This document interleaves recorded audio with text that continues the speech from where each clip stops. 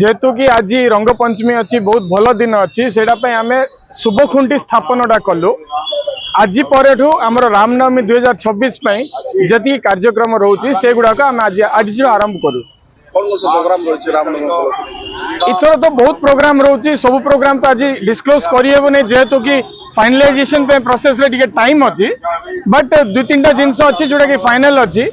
जमती कि महाराष्ट्र ढोल इथर आसूँ 50 ରୁ 60 लोक आसवे आ पूरा वातावरण को पूरा राममय भव्य करिए।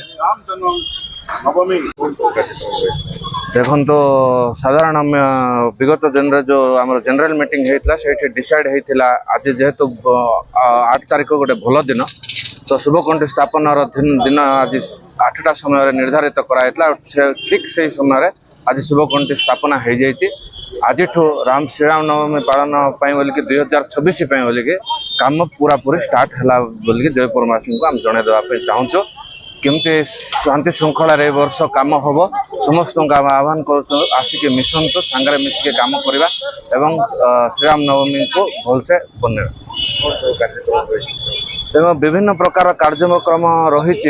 प्रथम तो ए वर्ष प्रथम थर बोलिकी पुणे रु महाराष्ट्र ढोल आसु छाड़ले आमर वाद्य घंट पुरी आरंभ करके अन्य जगार आसो समस्त बरणी आम आगामी दिन में किसी दिन भितर फाइनल करला आपण मान माध्यम जनइबू।